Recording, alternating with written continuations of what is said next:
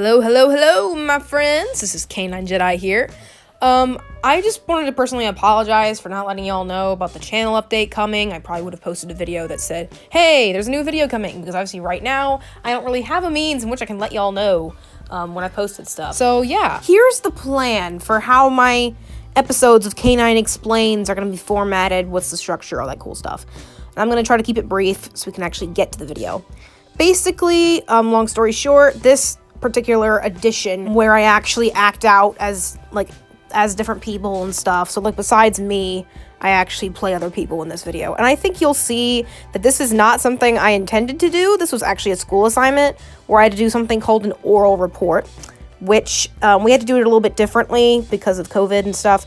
So essentially what we had to do was do an interview style video with ourselves. And I got Miguel De Cervantes, who is the author of Don Quixote. You guys may not know the name of the novel, but you might know about some of the craziness that goes down in there. And if you don't, well, this video just might teach you something. I don't know if that's a good thing or if that's a bad thing. But anyways, the other videos are going to be strictly just footage.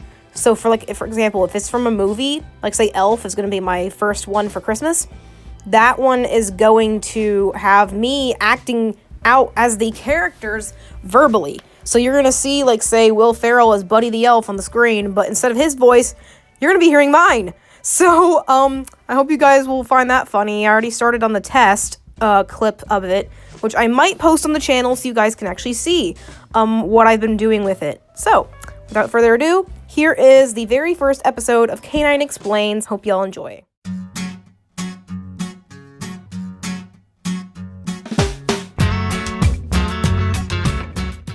Mr. Cervantes! Mr. Cervantes! What? I'm here! What's going on? We're rolling. Oh, I forgot we were doing that today. Sorry. My name is Miguel De Cervantes Saavedra, and I am one of the world's most famous writers, known for my short stories, poems, and plays. You are most familiar with my novel, Don Quixote. Good old man of La Mancha. Onward, Rocinante! Now tell us about yourself. What was your life like? Oh, it was terrible! I'm kidding. It really wasn't that terrible, but it was pretty complicated. First off, I was born on September 29th, 1597. Well, okay. Even I'm not really sure when I was born. Most scholars don't either, but that's just my assumed birth date. It was in a small village in Madrid known as Alcalá de Henares, where I was born to my mother and father as the middle child of 7. It wasn't easy having so many siblings, but back to the story. My father, Rodrigo de Cervantes, was a barber surgeon, but we were very poor. We had to move around constantly just so he could find work.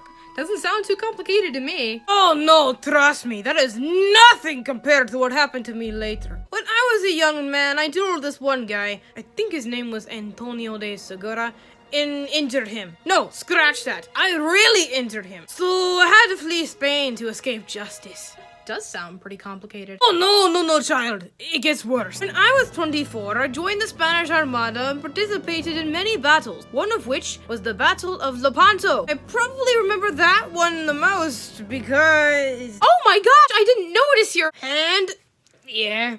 My left hand was injured so many times in that battle that it was left rendered useless. It's also how I earned the nickname the One-Handed Man from Lepanto. It was all worth it, because I did it for the glory of the right. Ha ha! After that, I got taken captive by Turkish pirates along with my brother on the way back from Naples, Italy. Both of us were sold as slaves to Algiers. My sisters were able to free my brother Rodrigo, but not me, due to how poor we still were. I tried to escape Algiers with no success for 5 years until my mother and some friars were able to free me with some ransom money. After that, I started writing more when I got back.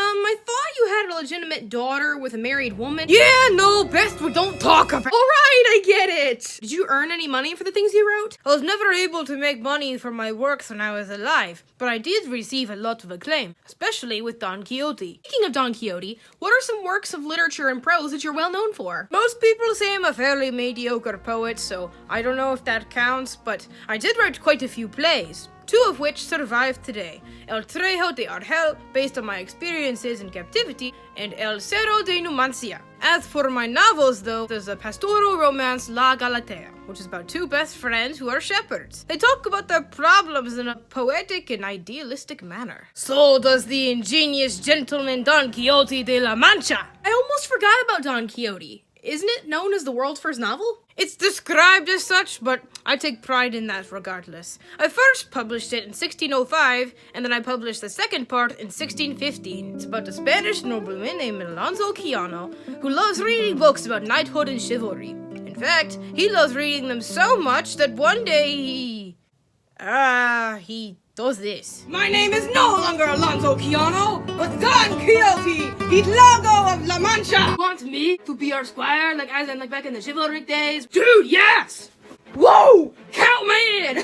Yes, we're getting somewhere! It's master, I can't run that fast! Look, Sancho! It's the golden helmet of Membrino! Golden helmet of what? Membrino! You know, I'm just not even gonna question it. Go ahead, get your helmet. I'll be waiting over here with Dapple.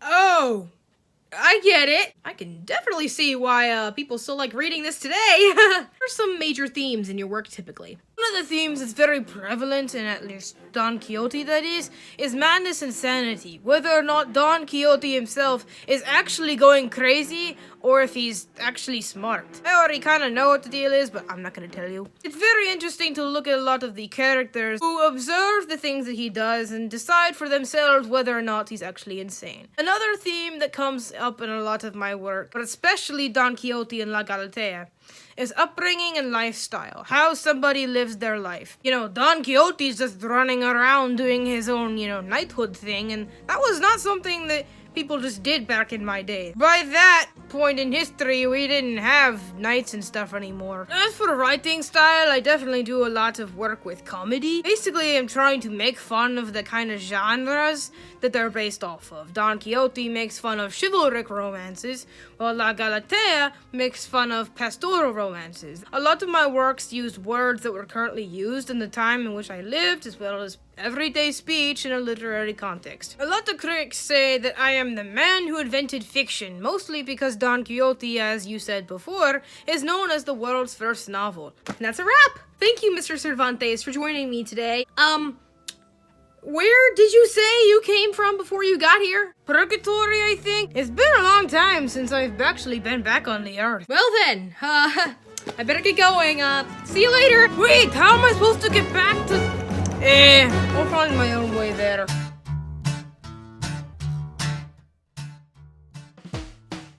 Look, Sancho! I have finally obtained the golden helmet of Membrino! You know that's just a barber's basin, right? Sancho, what are you talking about? Oh, never mind. I'm not gonna even try to correct you anymore.